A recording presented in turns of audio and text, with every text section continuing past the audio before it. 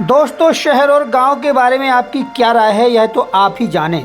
लेकिन इतना ज़रूर है कि अगर आपका वास्ता गांव से है तो कई मायनों में आप गांव को ही बेहतर समझते होंगे। लेकिन अगर आप गांव के छोटे से घर में रहते हैं फिर भी आप संतुष्ट नहीं हैं, ज़िंदगी से निराश हैं, ऊपर वाले को कोसते हैं कि आपका जन्म किसी बड़े धनवान घर में क्यों नहीं हुआ, बड़े मकान में आपका पालन पोषण क्यों नहीं हुआ, तो आप ऐसे में खुश होने की बजाय ढूंढ सकते हैं।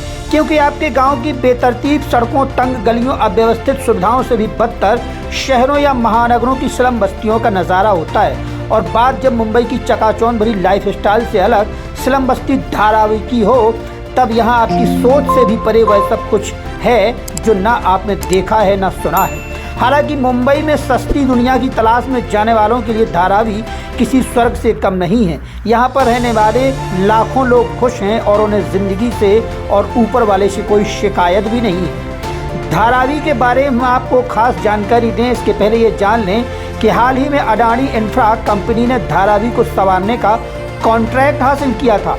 वैसे साल 2004 से धारावी के रीडेवलपमेंट का प्लान चल रहा था, लेकिन साल 2022 में टेंडर मंजूर होने के बाद सबसे बड़ी बोली लगाने पर यह कॉन्ट्रैक्ट अडानी ग्रुप को मिला था। यहाँ के लोगों की ज़िंदगी को सुधारने के लिए अडानी ग्रुप ने 5069 करोड़ रुपए की बोली लगाई थी। वैसे महाराष्ट्र विधानसभा में इस पर जमकर बहस हुई थी। प्रधानमंत्री मोदी के करीबी माने जाने वाले उद्योगपति गौतम अडानी कई विवादों को लेकर चर्चा में रहते हैं और इसीलिए धारावी के लोगों को फिलहाल आशंका है कि कहीं अडानी का यह प्रोजेक्ट अधर में न रह जाए। बता दें कि मुंबई का दिल कहे जाने वाले धारावी को अंग्रेजों के समय बसाया गया था। दुनिया की तीसरी सबसे बड़ी और एशिया की सबसे बड़ी स्लम बस्ती है। धारावी की बस्ती मुंबई स्टॉक एक्सचेंज से सिर्फ 5 किलोमीटर की दूरी पर है, जो मध्य मुंबई में आती है। अनुमान के मुताबिक इस बस्ती में 6 से 10 लाख लोग रहते हैं। कहा तो यह भी जाता है कि इनकी संख्या 12 लाख तक है। एशिया की सबसे बड़ी स्लम बस्ती में 58,000 परिवार और करीब 12,000 कमर्शियल कॉम्प्लेक्स हैं। कहा जाता है कि अंग्रेजों ने एशिया की सबसे बड़ी बस्ती धारावी को मजदूरों को किफ़ायती ठिकाना देने के मकसद से बसाया था। यहाँ धीरे धीरे लोग आकर बसने लगे और यहाँ झुग्गी बस्तियाँ बनती गईं। खास बात यह है कि धारावी सरकारी ज़मीन पर बसी है। भारी जनसंख्या का दबाव झेलती धारावी स्लम बस्ती गंदगी से सराबोर रहती है। यह बीमारियों का घर हमेशा बनी रहती है।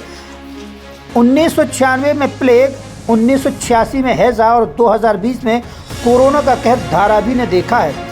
धारावी की झुग्गी बस्ती में दिहाड़ी मजदूर के अलावा छोटे मोटे कारोबारी करने वाले लोग भी रहते हैं। एक तरफ माहिम और दूसरी तरफ शायन रेलवे स्टेशन के बीच तंग और गंदी बस्तियों में रहने को मजबूर हज़ारों लोग एक बेहतर जीवन की तलाश में दिन रात जद्दोजहद में जुटे रहते हैं। 620 एकड़ से अधिक विस्तार में धारावी बसी है। धारावी झुग्गी बस्ती का एरिया 2.5 वर्ग किलोमीटर के क्षेत्र में फैला हुआ है, जिसमें 10 लाख के करीब आबादी बसी है। घनत्व कितना अधिक है कि 1 किलोमीटर के क्षेत्र में 3 लाख से अधिक लोग रहते हैं। यानी 100 वर्ग फुट की झुग्गी में करीब 8 से 10 लोग एक साथ रहते हैं।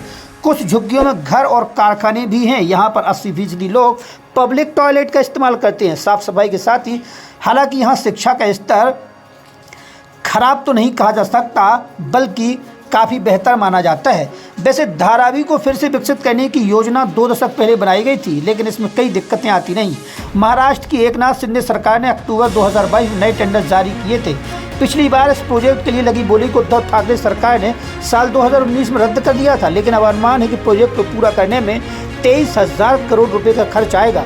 झुग्गी वासियों को मुफ्त मकान दिए जाएंगे, साथ ही नीलामी की शर्तों में उल्लिखित सुविधाएं उपलब्ध कराई जाएंगी। धारावी पुनर्विकास परियोजना के अंतर्गत अडानी ग्रुप इस प्रोजेक्ट के लिए मुंबई में जो जमीन लेंगे उससे उसे तगड़ा मुनाफा होगा। इसके साथ ही धारावी की बस्ती मुंबई स्टॉक एक्सचेंज से 5 किलोमीटर की दूरी पर है।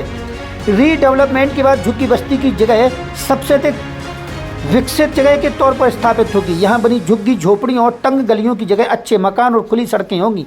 साथ ही कमर्शियल कॉम्प्लेक्स भी बनाए जाएंगे। एक रिपोर्ट के मुताबिक धारावी झुग्गी बस्ती में 5,000 से ज़्यादा रजिस्टर्ड कारोबारी हैं जो यहाँ खुद का बिजनेस करते हैं। यहाँ 15,000 से ज़्यादा कारखाने भी हैं। हालांकि जगह कम होने के चलते ये कारखाने बेहद छोटी छोटी गलियों में ही सिमटे हैं।